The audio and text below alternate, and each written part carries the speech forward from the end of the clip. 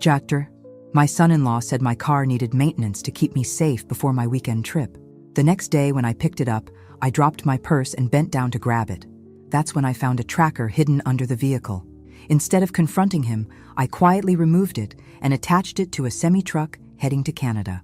The next day, I got a strange call from the Royal Canadian Mounted Police saying they'd arrested a man with my photo. Where are you watching from today? Drop your location in the comments below and hit that like and subscribe button. Let me backtrack and tell you how I got to this point. Because honey, this story has more layers than my grandmother's 7-layer cake, and trust me, that thing was a masterpiece. I'm Clara Brennan, 63 years old, and I've been a widow for exactly 2 years, 3 months, and 12 days. Not that I'm counting or anything, but when you've been married to someone for 38 years, you tend to notice when they're suddenly not snoring next to you every morning. My husband Richard died of a heart attack while mowing the lawn, which, knowing Richard, was probably exactly how he would have wanted to go. Quick, efficient, and with a perfectly manicured yard as his final accomplishment. Now, before you start thinking this is going to be some sob story about a poor little old lady, let me set the record straight. Richard might have been the one who fixed the leaky faucets and programmed the remote control, but I was the one who handled our finances. And by handled, I mean I turned his modest engineering salary and my teaching income into a portfolio worth approximately $8 million. Turns out, while Richard was building bridges, I was building our future. Who knew that all those summers spent listening to my father discuss stock markets over Sunday dinner would actually pay off? The thing about being a wealthy widow is that people suddenly start caring about your well-being in ways they never did before. Take my son-in-law David, for instance. 3 years ago, when my daughter Emma first brought him home, he couldn't have cared less about my car maintenance schedule. Now, suddenly, he's Marcus Aurelius crossed with a IAA service representative, full of wisdom about oil changes and tire rotations. David Mitchell is what my generation would call easy on the eyes. 37 years old, works in financial planning, drives a BMW that's always spotless, and has the kind of smile that makes waitresses give him extra bread rolls. Emma met him at some charity gala, where rich people pay $500 to eat rubber chicken and feel good about themselves. She was smitten from day one, which should have been my first warning sign. Emma's never been smitten by anything that wasn't bad for her.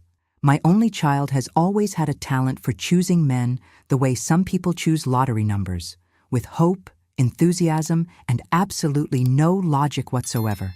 There was Marcus the musician, who turned out to be married, Brett the businessman, who turned out to be broke, and Kevin the entrepreneur, who turned out to be selling essential oils to his grandmother's bridge club. So when Emma walked through my door 3.5 years ago with David in tow, I was prepared for the worst. But David seemed different. He asked thoughtful questions, remembered details from previous conversations, and actually helped clear the table without being asked. He brought me flowers on Mother's Day, not the gas station variety, but actual arrangements from a real florist. He listened when I talked about Richard's death and never once suggested that I should start dating again or shouldn't waste my golden years alone. Most importantly, he made Emma happy.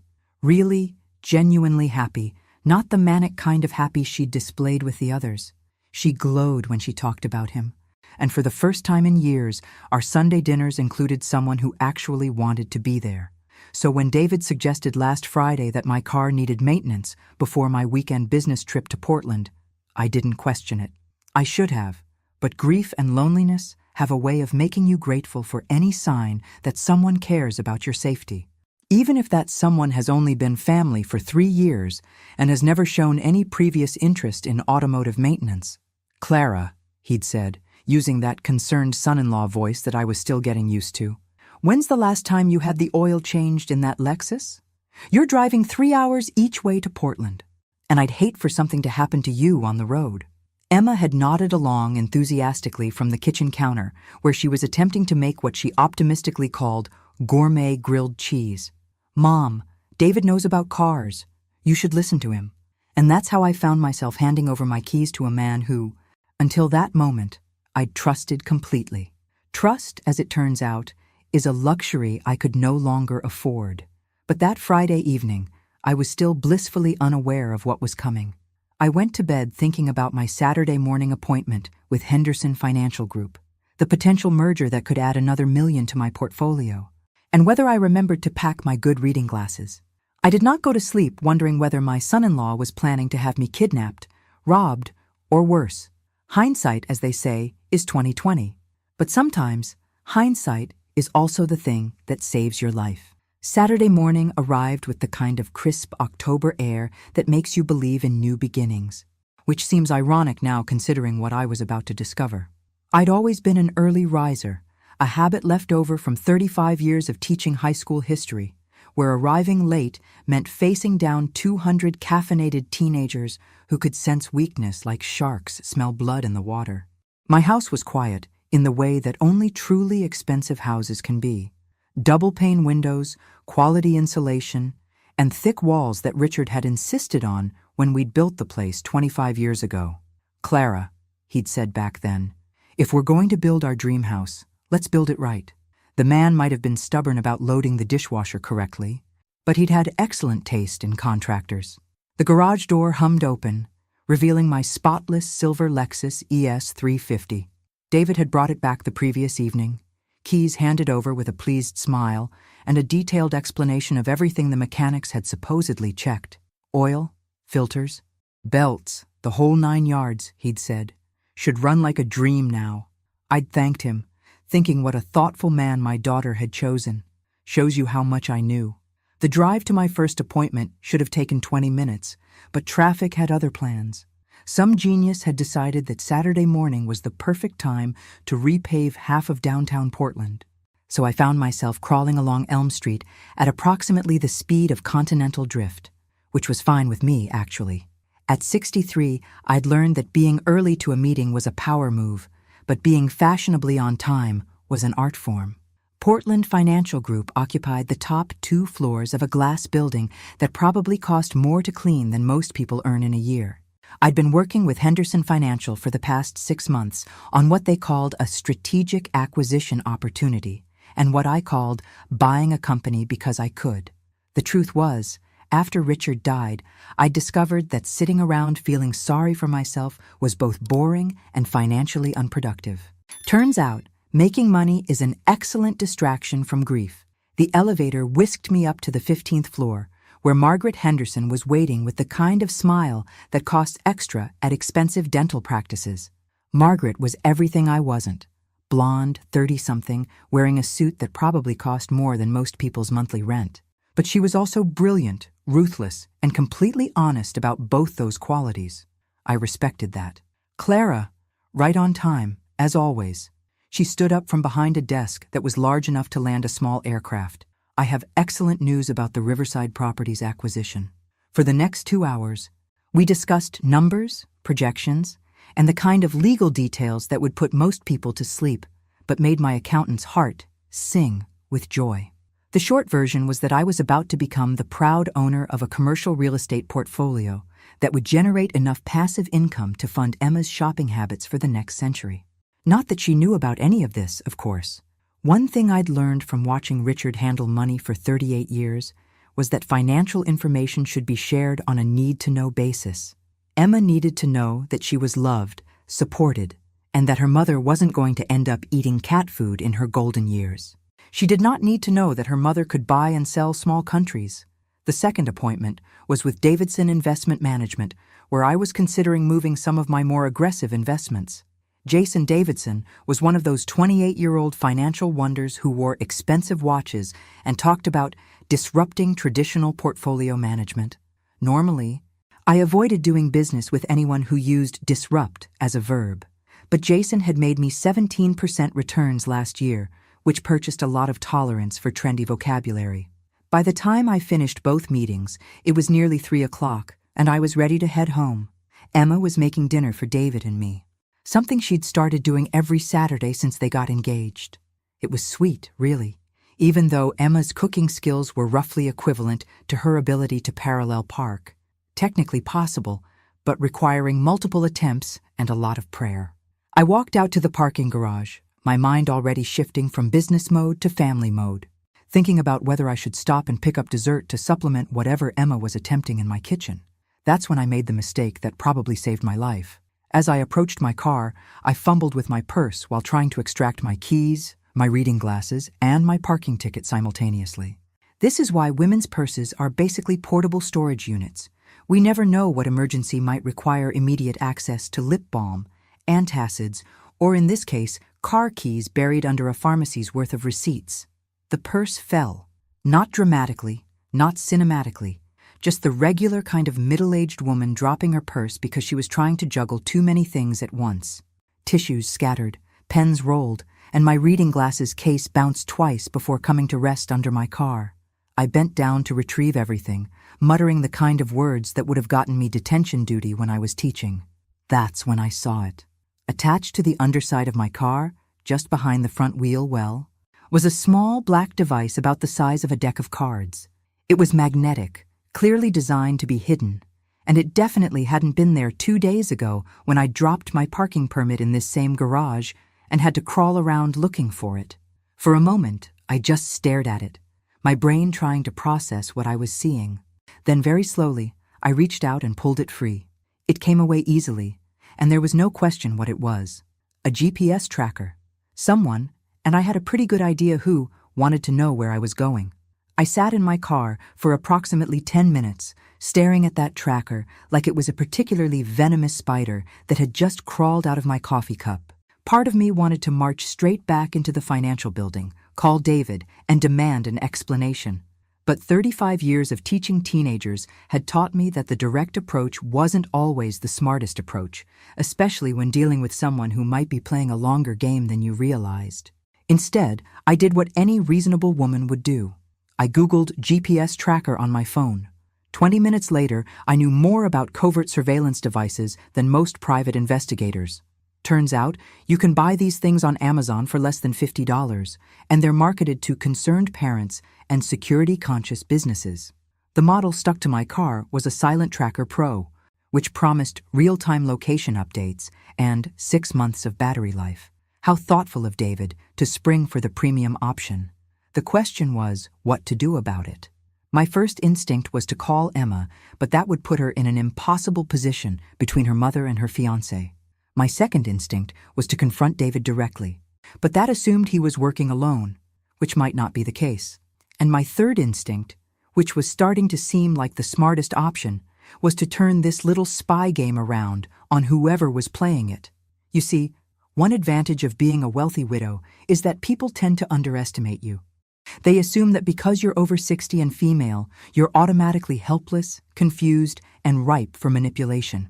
What they don't realize is that I've spent the last 40 years dealing with teenagers, tax auditors, and insurance companies.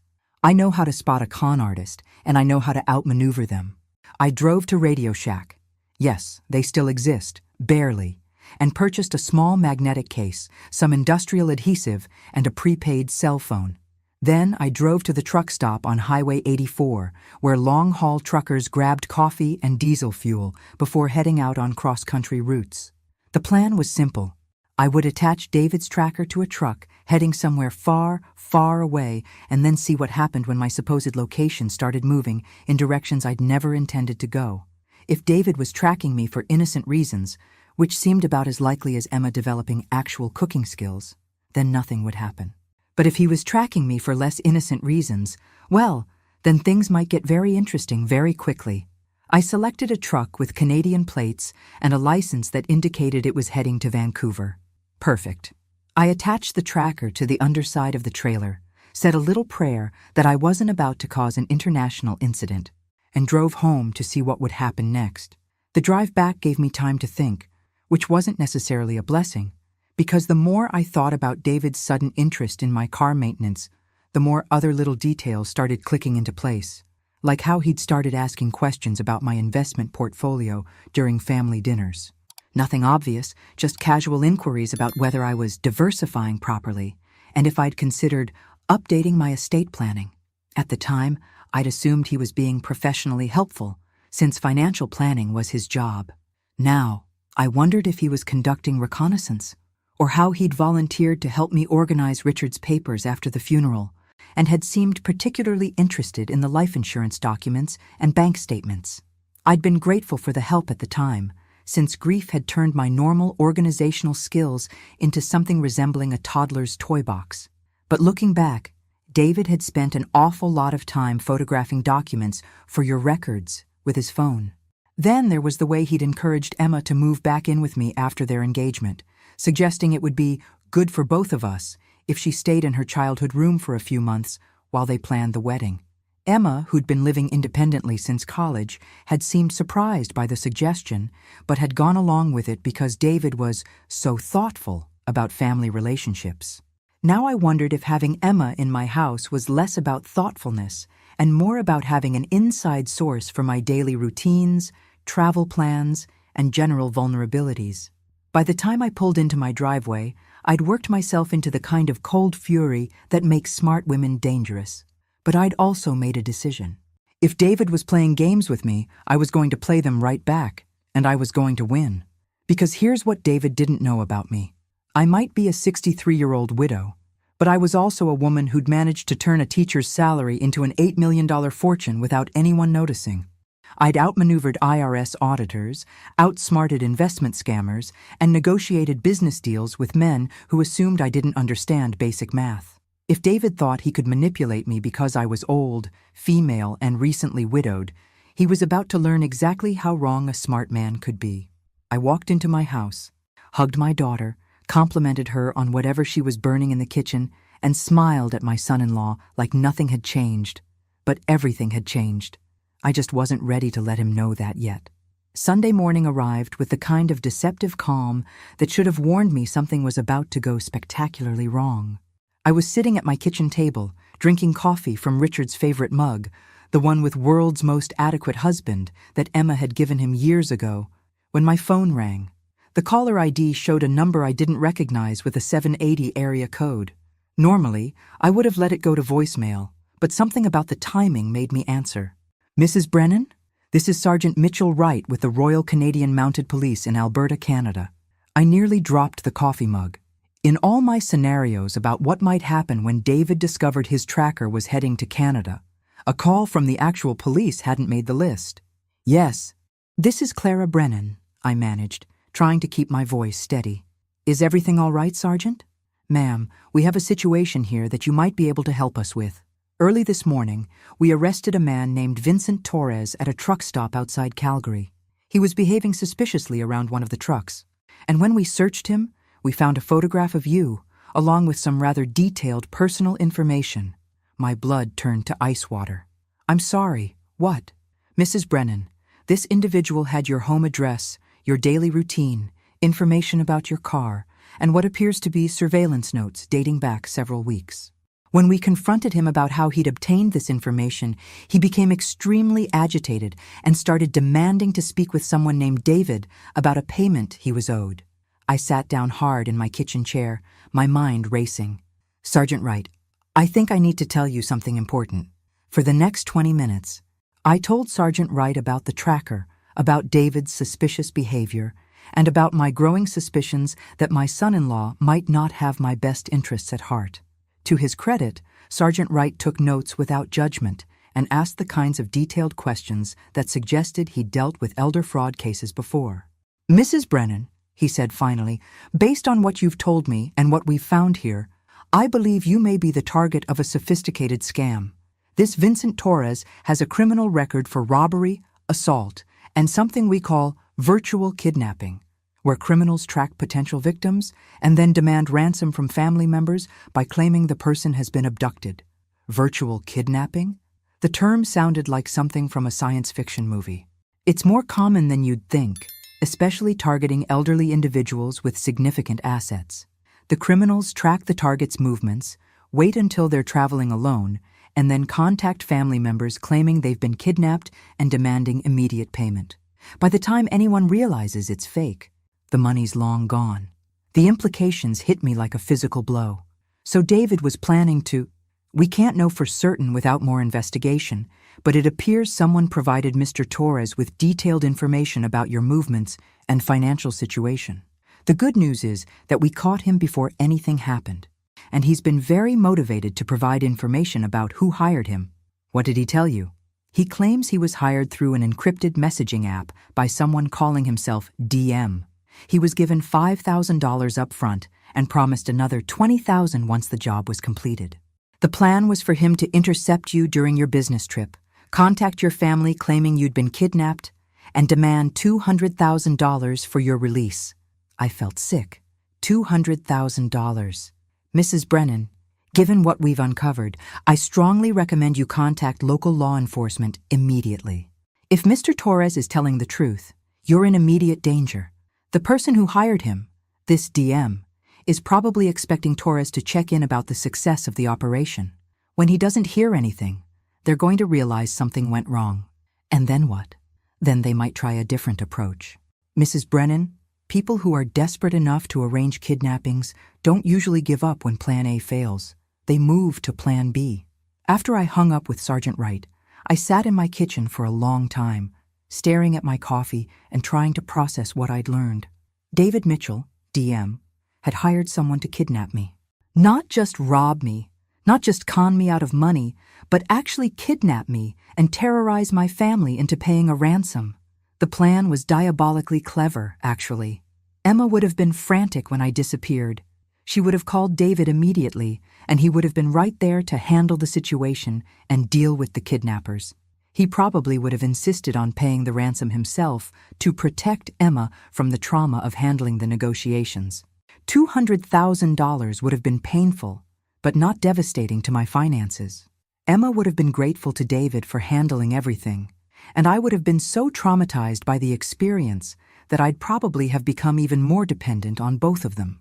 Except for one small problem with David's perfect plan. I'd found the tracker. Now the question was, what to do next? Sergeant Wright had advised me to contact local police, which was probably the smart, responsible thing to do. But the smart, responsible thing wouldn't necessarily give me the answers I needed, like whether Emma was involved, how long David had been planning this, or if this was his first attempt to steal from me.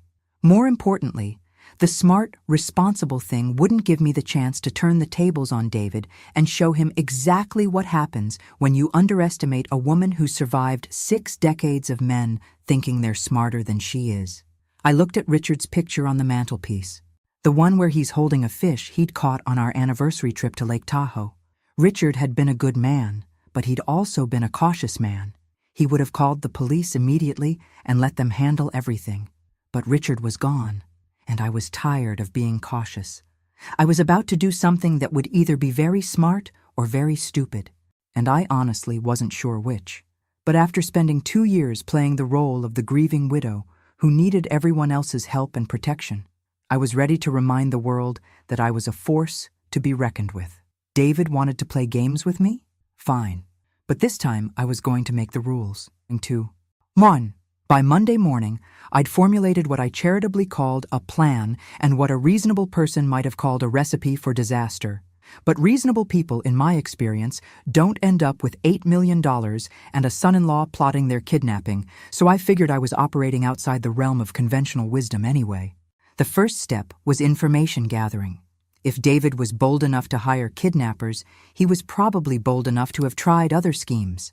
I needed to know exactly what I was dealing with before I made my next move. I started with a phone call to my accountant, Harold Finch, who'd been handling my taxes since Clinton was president and who had the personality of a particularly thorough accountant, which is to say he remembered every detail of every financial transaction I'd ever made. Harold, I need you to do me a favor, I said, sitting in my home office with the door locked and my voice low enough that Emma couldn't overhear from the kitchen. I need you to go through my accounts for the past 3 years and look for anything unusual. Any transactions I might not have initiated, any changes to direct deposits, anything that seems off. Clara, is everything all right? This sounds like you think someone might be... I think someone might be stealing from me. Yes. And I need to know how much and for how long. Harold promised to call me back within 2 hours, which was one of the reasons I'd been using him for 20 years. The man understood urgency. Next, I called my attorney, Susan Martinez, who had the advantage of being both extremely competent and completely unimpressed by men who thought they were cleverer than they actually were. Susan, I need you to conduct a background check on someone for me. David Mitchell, 37 years old, works for Premier Financial Planning, engaged to my daughter Emma. Clara, what's going on? This doesn't sound like a routine legal consultation. I gave Susan an abbreviated version of the tracker story and the phone call from Canada, leaving out the part where I'd decided to handle things myself rather than involving the police immediately. Susan listened with the kind of professional calm that comes from years of dealing with clients who've discovered their lives aren't what they thought they were. Clara, I want you to promise me something. Promise me you won't confront this man alone, and promise me you'll involve law enforcement if this gets dangerous. I promise I won't do anything stupid, I said, which wasn't exactly the same thing, but seemed to satisfy Susan for the moment. By noon, I had my answers, and they were worse than I'd expected. Harold called first. Clara, you're going to want to sit down for this. Over the past 18 months, someone has been making small withdrawals from your checking account. Nothing large enough to trigger automatic alerts, but consistent enough to add up. We're talking about approximately $37,000. My stomach dropped. How is that possible? I monitor my accounts religiously. The withdrawals were made using electronic transfers that were coded to look like routine bill payments. Utilities, insurance, property taxes, the kind of recurring expenses that most people don't scrutinize closely. Whoever did this knew exactly how much you typically spend on monthly expenses and stayed just under the radar. Harold, the only people who would know that level of detail about my finances would be family members or your financial advisor. Yes, Clara, this isn't the work of some random scammer. This is someone with intimate access to your financial information. Susan called 20 minutes later with information that made Harold's news look like a minor inconvenience.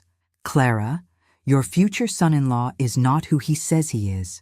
David Mitchell does work for Premier Financial Planning, but he was hired only 8 months ago, and he was fired from his previous 2 jobs for what the HR departments tactfully called inappropriate client interactions. Which means what exactly? Which means he was caught trying to manipulate elderly clients into questionable investment strategies that would benefit him personally. He's also got serious gambling debts. We're talking about 6 figures owed to some very unpleasant people in Atlantic City.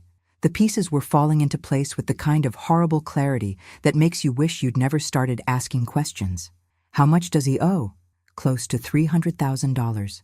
Based on court filings from a civil suit last year. Clara, this man didn't fall in love with your daughter's sparkling personality. He fell in love with your financial statements.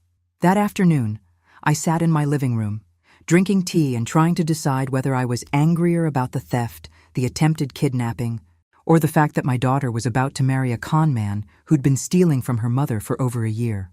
Emma was upstairs, happily planning a wedding to a man who'd probably been planning to rob us blind from the moment he walked through my front door. David was at work, presumably conducting more inappropriate client interactions, while his hired kidnapper sat in a Canadian jail cell, probably wondering why his easy payday had gone so wrong. And I was sitting in my house, looking at family photos and realizing that everything I'd believed about my life for the past 3 years had been carefully constructed lies. But here's the thing about being 63 years old and financially independent. You develop a certain perspective on problems. You realize that being angry is useful only if it motivates you to take action. And you realize that the best revenge is not getting mad. It's getting even. David thought he was playing chess with a naive widow who wouldn't recognize a con game if it came with an instruction manual. What he didn't realize is that I'd spent 40 years playing chess with teenagers, and teenagers are infinitely more devious than amateur con artists. It was time to show David exactly what happens when you underestimate a woman who's had 2 years to perfect the art of being underestimated. The game was about to change, and this time, I was going to be the one making the moves. Tuesday morning, I woke up with the kind of clarity that comes from having a purpose beyond survival. For 2 years, I'd been drifting through my days like a ghost haunting my own life, going through the motions of living without actually engaging with the world. But discovering that my son-in-law was a lying, stealing, kidnapping con artist had given me something I hadn't realized I was missing: a worthy opponent. I made coffee, read the financial news, and waited for Emma to leave for her job at the marketing firm downtown. Once her car disappeared around the corner, I got to work. My first call was to Detective Sarah Chen at Portland Police Department, because despite my newfound taste for vigilante justice, I wasn't completely reckless. Sergeant Wright in Canada had given me her contact information, and she'd been expecting my call. Mrs. Brennan, I've already spoken with the RCMP about your situation. Based on what they've told me and the evidence they've collected, we have enough to arrest David Mitchell immediately. When would you like us to bring him in? Actually, Detective Chen, I'd like to hold off on that for a few days. The silence on the other end of the line spoke volumes. Mrs. Brennan, this man hired someone to kidnap you. He's been stealing from you for months. Why would you want to delay his arrest? Because I want to make sure we get everything. If we arrest David now, we'll get him for the kidnapping plot and the theft, but we won't know if there are other victims, other schemes, or other people involved. I'd like to give him enough rope to hang himself completely. That's inadvisable and potentially dangerous. Detective, I've been dealing with dangerous people for 40 years. They were just smaller and had better excuses for their behavior. I can handle David Mitchell for a few more days. What I didn't tell Detective Chen was that I'd already started implementing my own investigation. While she was worried about my safety, I was worried about my dignity. David had made the mistake of thinking he was smarter than me, and I intended to prove exactly how wrong he was before the police led him away in handcuffs. After hanging up with Detective Chen, I made my second call of the day. This one to Marcus Webb at Webb Investigations. Marcus was a former FBI agent who specialized in corporate fraud and had helped me investigate a potential business partner's background 2 years ago. He had the kind of methodical approach to gathering evidence that I appreciated, plus he charged reasonable fees and didn't talk down to clients who happened to be female and over 60. Clara, good to hear from you. Please tell me this isn't another due diligence request. I'm still recovering from the last merger you asked me to investigate. Actually, Marcus, this is personal. I need you to conduct comprehensive surveillance on someone, and I need it done without them knowing they're being watched. Uh-oh. This sounds like family trouble. For the next 30 minutes, I explained the David situation to Marcus, who listened with the kind of professional calm that comes from having seen every possible variation of human betrayal during a 20-year law enforcement career. Clara, what you're describing is a classic long-term elder fraud scheme, but with some unusual sophistication. Most con artists who target seniors are looking for quick scores. This David has been playing a 3-year game, which suggests either exceptional patience or exceptional desperation. My money's on desperation. Apparently, he owes $300,000 to people who aren't known for their understanding nature. That would do it. Clara, I can have surveillance on this guy within 24 hours, but I have to ask, why not just let the police handle it? You've got enough evidence to put him away already. Because I want to understand the full scope of what he's been doing, and because I want to make sure Emma is protected from whatever consequences come next. What I didn't tell Marcus was that I also wanted David to experience the same sense of helplessness and violation that I'd felt when I discovered his tracker. I wanted him to know what it was like to have someone watching his every move, gathering evidence of his secrets, and preparing to destroy his carefully constructed lies. Call it petty revenge or call it justice. But either way, David Mitchell was about to learn that stealing from the wrong widow could be a very expensive mistake. My third call was to Jennifer Walsh, a financial forensics specialist who'd helped me untangle a particularly complex investment fraud case several years ago. Jennifer had the ability to follow money trails through layers of shell companies and offshore accounts that would make a forensic accountant weep with joy. Jennifer, I need you to conduct a complete financial investigation on someone. Bank records, credit reports, investment accounts, property holdings, everything you can legally access. Clara, you know I love a challenge, but this sounds like it's going to keep me busy for weeks. What kind of timeline are we talking about? I need preliminary results in 48 hours and a complete report within a week. That's ambitious. This is going to cost you. Money is not a concern. Accuracy and speed are my only priorities.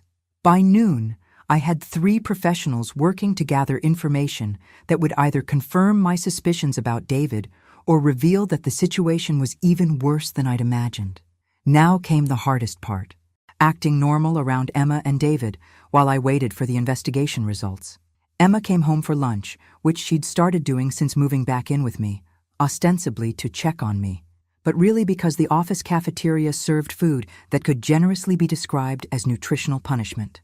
She sat at my kitchen counter, eating a sandwich and chattering about her wedding plans while I made all the appropriate maternal responses. "Mom, David thinks we should have the reception at the Riverside Country Club. It's gorgeous, but it's so expensive. Are you sure you want to contribute that much to the wedding?" The irony was almost too much to bear. David was stealing from me to pay his gambling debts while simultaneously planning an elaborate wedding funded by my stolen money. The audacity was actually impressive in a sociopathic sort of way. "Sweetheart, it's your wedding. I want it to be perfect, regardless of the cost." "You're the best mom in the world," Emma said, hugging me with the kind of grateful affection that made me want to protect her from the truth for as long as possible.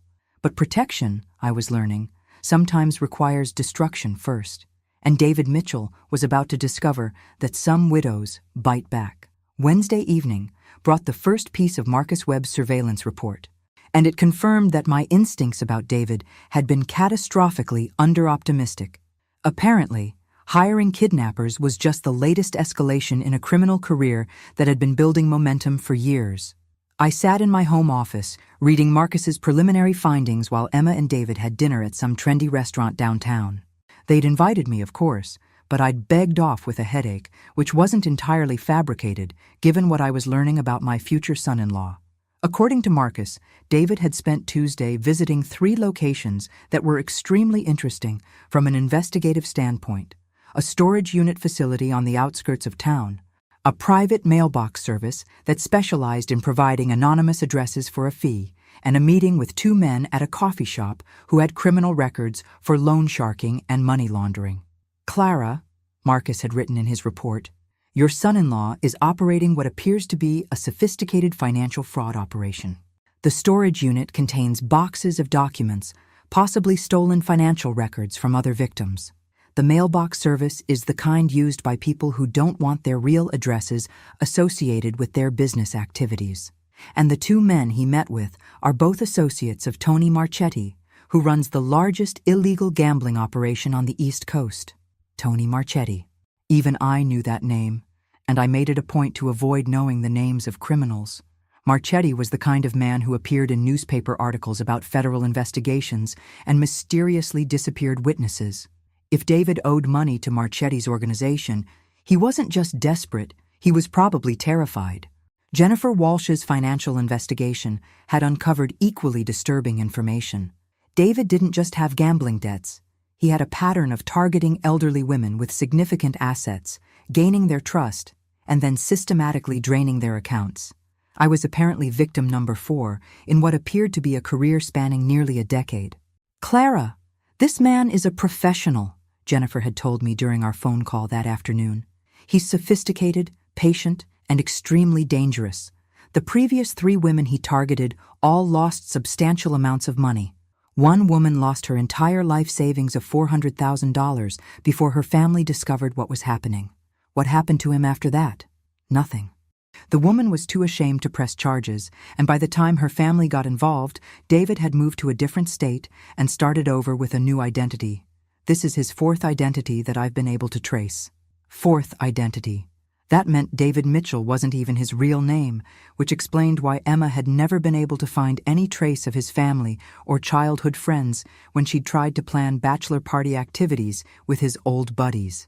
By Thursday morning, I had enough evidence to put David away for decades, but I also had a new problem. According to Marcus's surveillance, David was getting nervous. He'd been making unusual phone calls, visiting his storage unit multiple times, and had booked a flight to Miami for the following Monday, a flight that Emma knew nothing about. Detective Chen called me Thursday afternoon with an update from Canada that made the situation even more urgent. "Mrs. Brennan, Vincent Torres has been very cooperative with our investigation. He's provided detailed information about his communications with the person who hired him, including email chains and voice recordings. The problem is, Torres claims he was supposed to call his employer every day to report on the surveillance progress. He missed yesterday's check-in because, obviously, he's in jail, which means David knows something went wrong." "Exactly. Mrs. Brennan, we think he may be preparing to disappear. Based on what Torres has told us, Your son-in-law has an escape plan that involves liquidating assets quickly and leaving the country. If he runs, we may never catch him, and you may never recover your stolen money." That afternoon, I made a decision that was either brilliantly strategic or incredibly stupid. Instead of calling the police to arrest David immediately, I decided to accelerate my own timeline. I called Emma at work and asked her to bring David over for dinner Friday night. "I want to discuss the wedding budget," I told her, which was true in a way that would become clear very soon. "Mom, that's so sweet of you. David will be thrilled. He's been worried about the expenses." I bet he has. Friday evening, I prepared what I privately called my last supper: roast chicken with all the accompaniments, David's favorite wine, and chocolate cake from the bakery Emma loved. If this was going to be our final family dinner, I wanted it to be memorable. Emma arrived first, bubbling with excitement about wedding plans, and completely oblivious to the fact that her fiancé was a career criminal who'd been planning to kidnap her mother. David arrived 20 minutes later, carrying flowers and wearing the kind of smile that I now recognized as his manipulating elderly women expression. "Clara, you look wonderful tonight," he said, kissing my cheek with the kind of practiced warmth that had fooled me for 3 years. "Emma tells me you want to discuss wedding plans." "Among other things," I said, leading them into the dining room where I'd set the table with my best china and crystal. I thought it was time we had a family conversation about the future. During dinner, I watched David perform his caring son-in-law routine with new eyes. The way he asked about my health, his concern about my living alone, his suggestions about simplifying my financial portfolio, it was all part of a script designed to make me dependent on his help and guidance. But I also watched Emma, and what I saw broke my heart. She genuinely loved this man. She laughed at his jokes, sought his approval for her opinions, and looked at him with the kind of trust that comes from believing you've found your person. When this all came out, it was going to destroy her faith in her own judgment, possibly for years. After dessert, I poured brandy for David and myself while Emma cleared the dishes, and then I said the words that would change everything. "David, I need to ask you about something, and I'd appreciate an honest answer." His smile flickered slightly, but held. "Of course, Clara. What's on your mind?" "I need to know why you put a GPS tracker on my car." The silence that followed my question was so complete, I could hear the grandfather clock ticking in the hallway and Emma loading dishes in the dishwasher. David's face went through a series of micro-expressions: surprise, confusion, calculation, before settling on what I'd learned to recognize as his concerned and slightly hurt look. "Clara, I'm not sure what you mean. A GPS tracker? The one you had attached to my car when you took it for maintenance last week. The one that I found in the parking garage in Portland. The one that's currently traveling through the Canadian wilderness attached to a semi-truck bound for Vancouver." Emma appeared in the doorway with a dish towel in her hands, looking confused. "Mom, what are you talking about? David, why would you put a tracker on Mom's car?" David reached for Emma's hand, his voice taking on the tone of a man dealing with a confused elderly relative. "Sweetheart, I think your mother might be a little mixed up. I never put any tracker on her car." "Really?" I pulled out my phone and showed them the photos I'd taken of the device. "Because I have pictures, and I have a very interesting police report from the Royal Canadian Mounted Police about a man named Vincent Torres who was arrested carrying my photograph and detailed surveillance notes about my daily routines." Emma's face went white. "Police report? Mom, what's going on?" David's mask was slipping now, his practiced calm giving way to something sharper and more desperate. "Clara, I think there might be some misunderstanding. The only misunderstanding, David, is the one you made when you assumed I was too old and trusting to notice that you've been stealing from me for 18 months. I pulled out a folder containing printouts of Harold's financial analysis and handed it to Emma. "Your fiancé has been making unauthorized withdrawals from my accounts totaling $37,000. He's also got gambling debts of nearly $300,000 owed to some very unpleasant people in Atlantic City." Emma looked at the papers, then at David, then back at me. "This can't be right. David, tell her this is wrong." But David wasn't denying anything anymore. Instead, he was staring at me with the kind of focused intensity that made me glad I'd already called Detective Chen and told her to be on standby. "How long have you known?" he asked quietly. I started putting it together after I found the tracker. The phone call from Canadian police confirmed my suspicions, and the private investigators I hired filled in the rest. "Private investigators?" Emma's voice cracked. "Mom, what is happening?" I looked at my daughter, seeing her world crumble in real time, and felt a stab of guilt for handling this so brutally. But Emma needed to know exactly who she'd been planning to marry, and David needed to understand that his game was over. "Emma, sweetheart, David isn't who he claims to be. His real name is Derek Morrison, and over the past 10 years, he's targeted at least 3 other elderly women, convinced them to trust him, and then systematically stolen their life savings. I'm victim number 4, except I caught him before he could finish the job."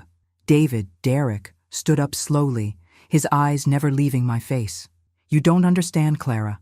I never wanted to hurt you, but these people I owe money to, they don't accept excuses. They'll kill me if I don't pay them back. So you decided to solve your problems by kidnapping me and demanding ransom from Emma?"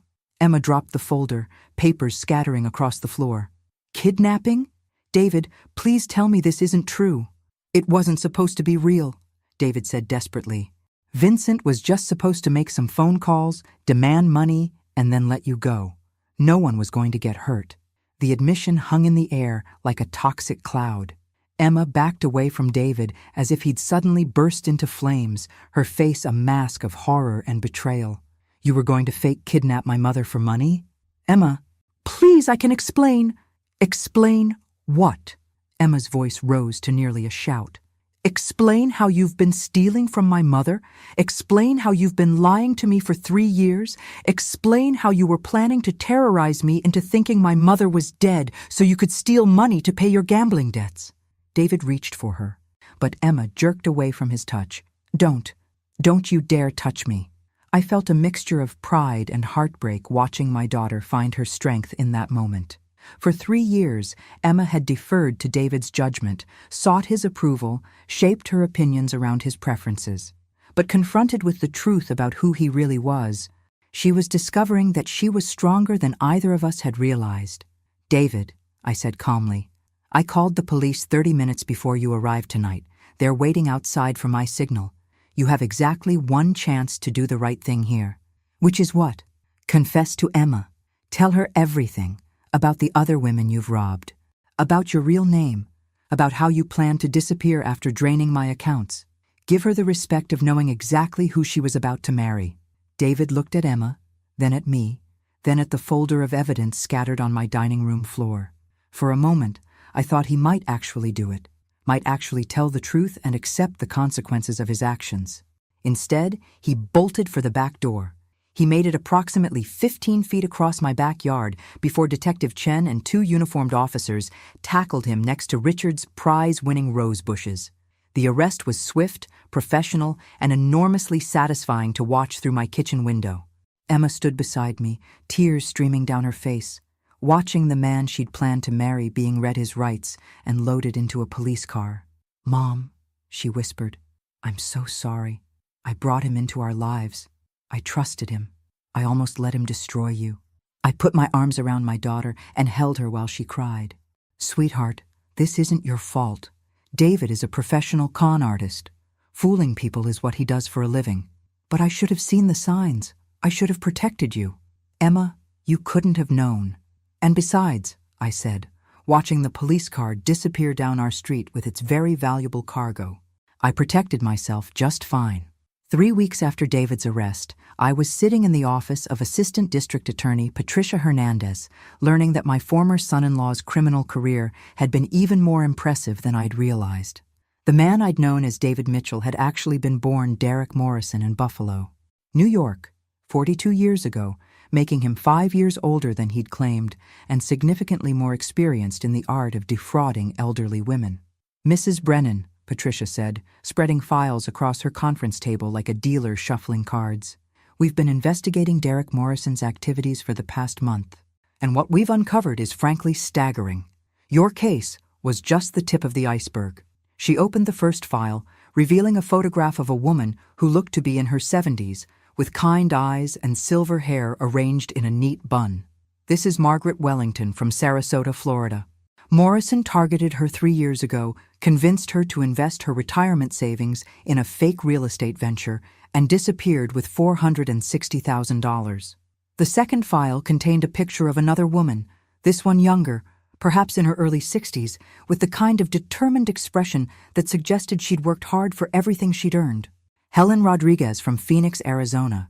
Morrison convinced her he was a financial advisor who could help her maximize her deceased husband's life insurance payout. He made off with $320,000. The third file made my breath catch. The woman in the photograph couldn't have been more than 55, with dark hair and a warm smile that reminded me of Emma at that age. And this is Janet Pierce from Charleston, South Carolina, Morrison's most recent victim before you. He convinced her to liquidate her business to invest in his exclusive investment opportunities. She lost everything, her savings, her business, her house. She's currently living with her adult daughter and working retail at the age of 58. I stared at the photographs of Derek's victims, feeling a cold fury building in my chest. These weren't just statistics or case files. These were real women whose lives had been destroyed by a man I'd welcomed into my home and trusted with my daughter's happiness. How many others? I asked. We're still investigating, but we believe Morrison has been running these schemes for at least 12 years. Conservative estimate? 15 to 20 victims, total losses approaching $3 million. $3 million stolen from women who'd trusted the wrong man. Women who'd lost not just their money, but their security, their independence, and their faith in their own judgment. What happens to him now? Patricia's smile was the kind that suggested she enjoyed her job more than was probably healthy. Mrs. Brennan, Derek Morrison is looking at federal charges for wire fraud, mail fraud, conspiracy to commit kidnapping, and about a dozen other felonies. Even with the best lawyer money can buy, which he can't afford thanks to his gambling debts, he's looking at 20 to 30 years in federal prison. And the other victims? That's actually why I asked you here today. Morrison had assets hidden in offshore accounts and safety deposit boxes that we've been able to recover. Not everything, but enough to provide partial restitution to his victims. However, there's a complication. Patricia pulled out another folder, this one thicker than the rest. Morrison claims that one of his victims was complicit in his schemes. He says that this woman knew he was defrauding others and helped him target new victims in exchange for a percentage of the profits. My blood ran cold. Who? He claims it was you, Mrs. Brennan. For a moment, I couldn't speak. The audacity was breathtaking, even by Derek's standards. He's claiming I was his accomplice? Morrison says that you discovered his criminal activities months ago, but agreed to keep quiet in exchange for a cut of his profits from future schemes. He claims the tracker incident was staged by both of you to throw off suspicion when the Canadian authorities got too close. I laughed. Actually laughed at the sheer ridiculousness of the accusation. Patricia, this man tried to kidnap me. He stole $37,000 from my accounts. He hired a criminal to terrorize my family. And now he's claiming I was his business partner? Morrison is desperate, Mrs. Brennan. He knows he's going to prison, so he's trying to drag down anyone he can reach. The good news is that his story doesn't hold water under examination. The evidence clearly shows you were a victim, not an accomplice. But Morrison has been very creative with his accusations. He's claiming that your investigation into his activities was too sophisticated for an ordinary victim. He says that no 63-year-old widow could have orchestrated the kind of counter-investigation that led to his arrest without professional help. I felt a chill of understanding. He's questioning how I was able to turn the tables on him so effectively. Exactly. Morrison's lawyer is going to argue that you must have had inside knowledge of his operations, possibly gained through a partnership that went sour. They're going to claim that you only turned against him when you realized you were about to be caught yourself. The irony was almost funny. Derek's downfall had come from underestimating me, and now he was making the same mistake in reverse, assuming that because I'd outsmarted him, I must have been as criminal as he was. Patricia, what do I need to do to prove I wasn't his accomplice? Actually, Mrs. Brennan, I think we should let Morrison's lawyer make that argument. Why? Patricia's smile turned predatory. Because when Derek Morrison takes the stand to testify that you were his criminal partner, he's going to have to explain in detail exactly how his schemes worked, who his other victims were, and how much money he stole from each of them. He'll have to provide evidence of his criminal enterprise in order to implicate you. The strategy was elegant in its simplicity. Derek could try to drag me down with him, but doing so would require him to confess to crimes that the prosecution hadn't been able to prove independently. By trying to make me look guilty, I said slowly, he'll have to make himself look even guiltier. Exactly. And when the jury hears Derek Morrison explain how he targeted elderly women, gained their trust, and systematically robbed them blind, they're not going to see you as his accomplice. They're going to see you as the one victim who was smart enough and strong enough to fight back. I left the DA's office feeling lighter than I had in weeks. Derek Morrison had made one final mistake. He'd assumed that because I'd beaten him, I must be like him.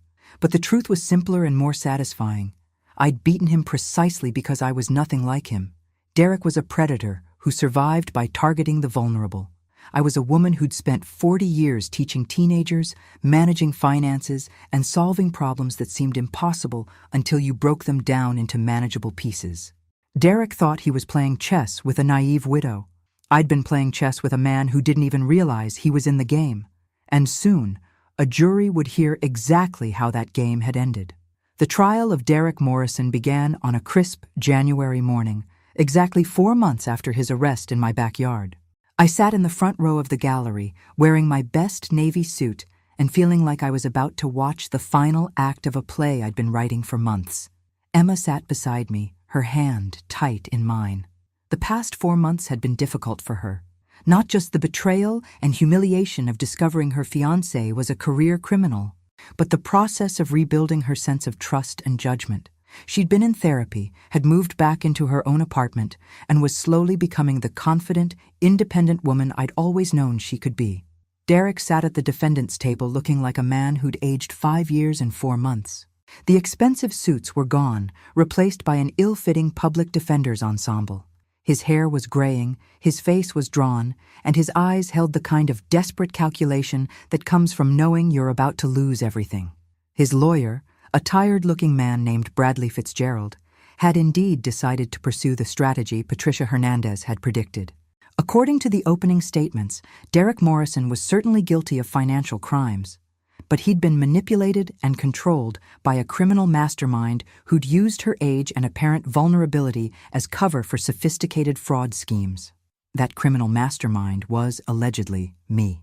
"Ladies and gentlemen of the jury," Fitzgerald had said during his opening statement, "my client made terrible mistakes, but he was not the architect of these crimes. The real criminal is sitting in this courtroom today, disguised as a victim." Patricia's opening had been simpler and more devastating. Derek Morrison is a predator who spent 12 years targeting elderly women, stealing their life savings and destroying their lives. His final victim, Clara Brennan, was different from the others in only one way. She fought back. The prosecution's case unfolded over 3 days, with testimony from Derek's previous victims, evidence of his stolen identities, financial records showing the systematic theft from multiple accounts, and recordings of his conversations with Vincent Torres about the kidnapping plot. By the time Patricia rested her case, Derek looked like a man watching his own execution. Then came the defense's turn, and Bradley Fitzgerald called his star witness, Derek Morrison himself. For 2 hours, Derek testified about his criminal activities in excruciating detail. He described how he'd identified potential victims, how he'd gained their trust, how he'd systematically drained their accounts. He explained his system for creating false identities, his methods for avoiding law enforcement, and his techniques for disappearing when suspicion grew too strong. And then, finally, he began to implicate me. "I met Clara Brennan through her daughter," Derek testified, his voice steady and confident. "At first, I thought she was just another target, but during our second meeting, she made it clear that she knew exactly who I was and what I did for a living. This was news to me, since our second meeting had involved him helping me program my universal remote control, but I kept my expression neutral. Mrs. Brennan told me that she'd been watching my activities for months," Derek continued. "She'd identified my previous victims, tracked my financial accounts, and documented my methods. She said she could expose me to law enforcement anytime she wanted. Fitzgerald led Derek through increasingly elaborate lies about our supposed criminal partnership. According to Derek, I demanded 50% of his profits from future schemes in exchange for my silence. I'd helped him identify new victims among my wealthy social circle. I'd provided financial expertise that made his fraud more sophisticated and harder to detect.